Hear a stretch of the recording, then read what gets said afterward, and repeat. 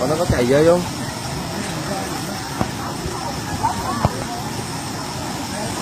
Chảy hả? Rồi à. Anh ơi! Sơn Du! Sơn Du!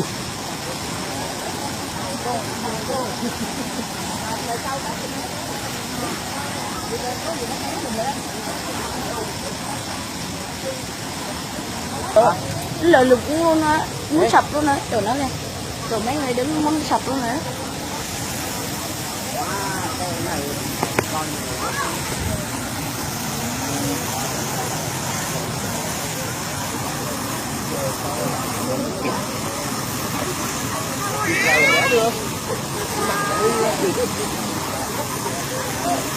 Cao ghê.